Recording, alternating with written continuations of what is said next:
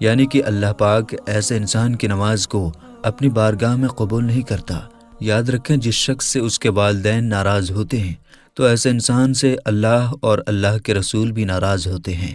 جب انسان سے اللہ ناراض ہوگا تو پھر اس شخص کی نماز کیسے قبول ہوگی؟ اس کی دعا اللہ کی بارگاہ میں کیسے قبول ہوگی؟ ہرگز نہیں۔ ایسے شخص کا کوئی بھی عمل اللہ کی بارگاہ میں قبول نہیں ہوگا۔ اس لیے جن کے ماں باپ ان سے ناراض ہیں تو خدا را وہ اپنے ماں باپ کو آج ہی راضی کر لیں، ورنہ آپ کی بھی نماز اللہ کی بارگاہ میں قبول نہیں ہوگی۔ نمبر 3، شوہر سے ناراض بیوی۔ دوستو، تیسرا انسان وہ عورت ہے جو اس حال میں رات گزارتی ہے کہ وہ اپنے شوہر سے ناراض ہو کر سو جائے، یعنی کہ اپنے شوہر سے ناراض ہو کر رات گزارے، تو ایسی عورتوں کی نماز بھی اللہ کی بارگاہ میں قبول نہیں ہوتی۔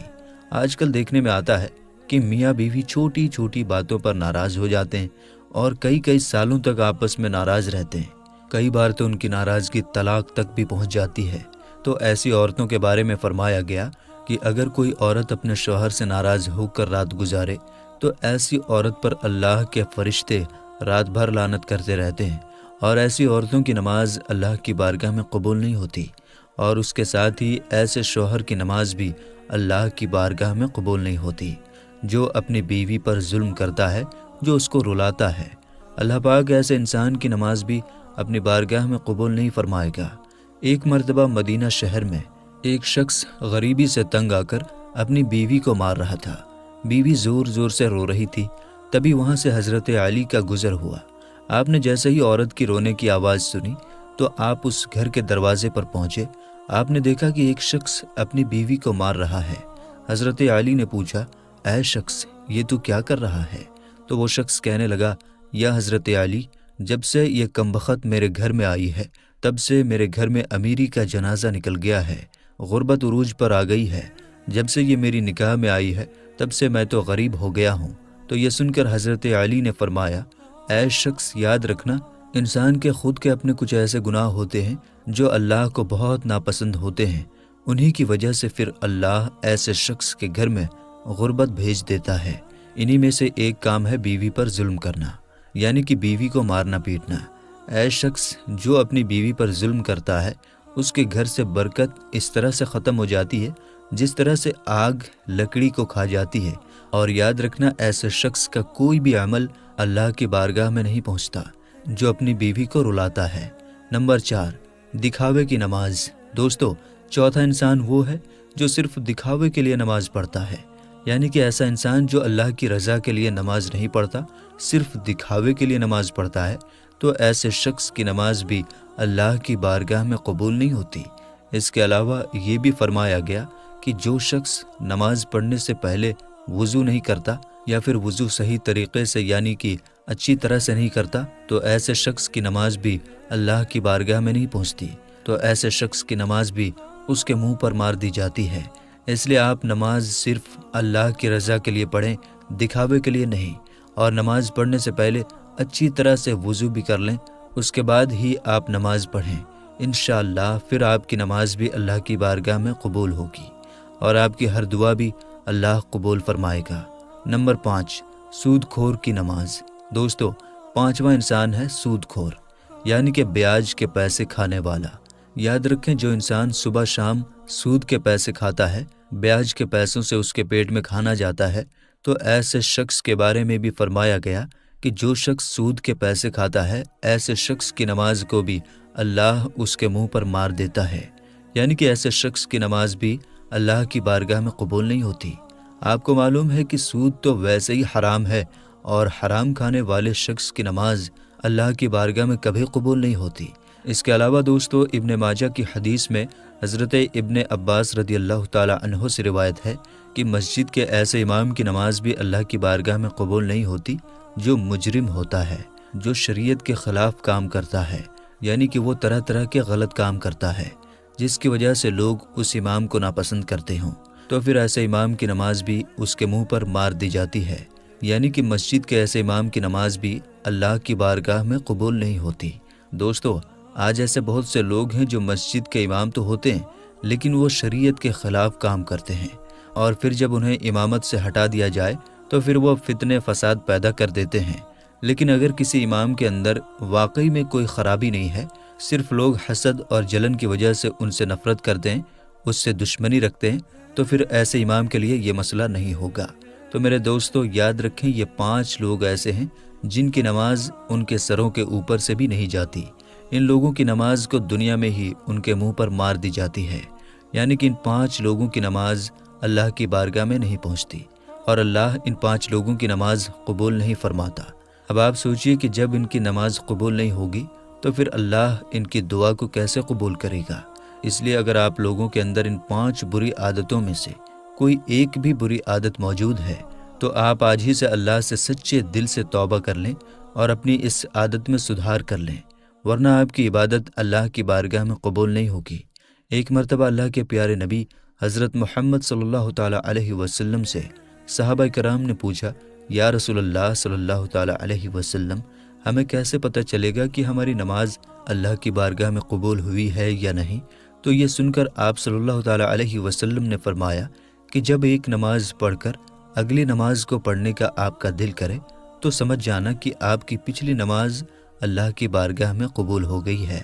یعنی کہ جب آپ کے اندر نماز پڑھنے کا شوق پیدا ہو جائے تو پھر آپ کبھی بھی شراب کے نزدیک نہیں جائیں گے، کبھی بھی اپنے ماں باپ کے ساتھ میں زیادتی نہیں کریں گے، کبھی بھی اپنی بیوی کے اوپر ظلم نہیں کریں گے، تمہارے اندر رحم آ جائے گا، تمہارے دلوں میں مٹھاس آ جائے گا، اور پھر ہر وقت آپ کی زبان پر صرف اللہ کا ہی نام رہے گا۔ تو پھر سمجھ جانا کہ آپ کی ہر عبادت اللہ کی بارگاہ میں قبول ہو رہی ہے۔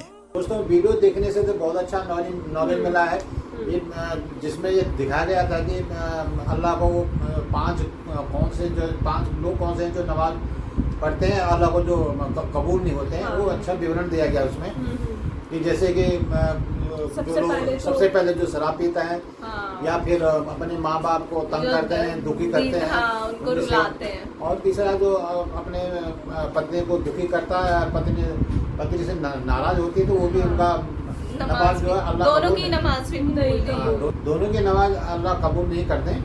اور جیسے کہ انہوں نے بتایا کہ جو انٹرسٹ بیاج لیتے ہیں، مطلب یہ ساری چیزیں حرام ہوتی ہے۔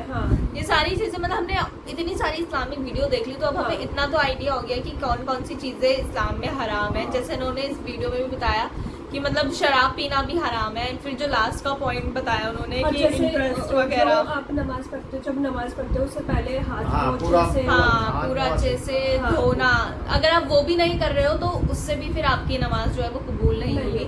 تو مطلب ہائیجین بھی مطلب پراپر آپ کو ہونا چاہیے، اینڈ اتنی ساری مطلب جو باتیں انہوں نے بتائی کہ کن لوگوں کی نمازیں قبول نہیں ہوتی، اگر یہ سارے لوگ اگر ایسا نہیں کریں گے تو وہ اچھا انسان بنیں گے، اچھا انسان بھی بنیں گے۔ مطلب اتنی اچھی اچھی باتیں بتائی گئی ہے کہ آپ اچھے انسان بھی کیسے بن سکتے ہو، مطلب اگر کوئی یہی چیزیں اگر پراپر فالو کر لے تو وہ ایک بہت اچھا انسان بن سکتا ہے۔ اور لاسٹ میں جیسے انہوں نے ایک چیز اور بتائی کہ جیسے صحابہ تھے، انہوں نے پوچھا کہ ہمیں کیسے پتا چلے گا کہ ہماری تو انہوں نے کہا کہ جب تمہارا ایک بار نماز پڑھ کے دوبارہ نماز پڑھنے کا دل چاہے گا تو اس کا مطلب یہ ہے کہ تمہاری نماز قبول ہو چکی ہے، یہ بھی بہت اچھی بات۔ مطلب تمہیں اور من کرے گا کہ اب تم اور ویٹ کرو گے کب ہم دوسری نماز میں جیسے انہوں نے مسجد کے امام کے بارے میں بولا ہے، وہ مسجد کے امام ایلیگیشن لگایا ہے، تو اگر غلط ایلیگیشن ہے تو کوئی فرق نہیں پڑے گا، بٹ اگر کوئی ایسے امام ہے جو غلط کام میں الجھے ہوئے ہیں تو پھر ان کی نماز بھی قبول نہیں ہوگی اوبویسلی۔ ہاں تو مطلب بہت اچھی ویڈیو تھی، اینڈ بہت مطلب جب بھی ہم ایسے ویڈیو دیکھتے ہیں تو ہمیں ایسا مطلب لگتا ہے کہ مطلب جو قرآن میں لکھا گیا ہے وہ ایک اچھا انسان بننے کے لیے لکھا گیا ہے، کیونکہ اگر یہ ساری چیزیں اگر آپ فالو کرو گے تو آپ اچھے انسان ضرور بنو گے۔ اینڈ جس میں بہت اچھی لگتی ہے میں ایسی ویڈیوز دیکھنا جس میں مطلب ایسی ایسی باتیں بتائی گئی ہو۔ آپ لوگ بتانا کیسی لگی ویڈیو، اگر پسند آئی ہو تو لائک شیئر کامنٹ ضرور کرنا، چینل کو سبسکرائب کرنا بالکل مت بھولنا۔ ملیں گے اپنے نیکسٹ ویڈیو میں، تب تک کے لیے بائے۔